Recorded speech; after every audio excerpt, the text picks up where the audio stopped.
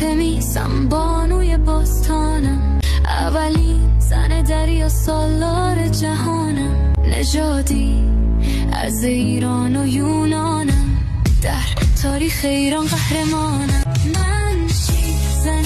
دیار شیرانم،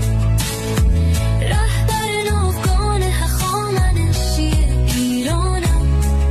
من مشاور رسم دربار پادشاهانم،